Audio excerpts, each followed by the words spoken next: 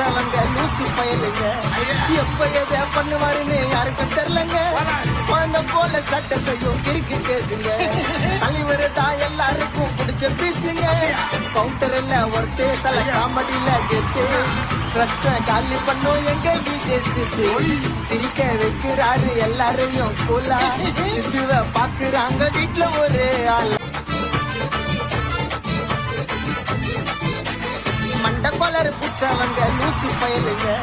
எப்ப எதை பண்ணுவாருன்னு யாருக்கும் தெரியலங்க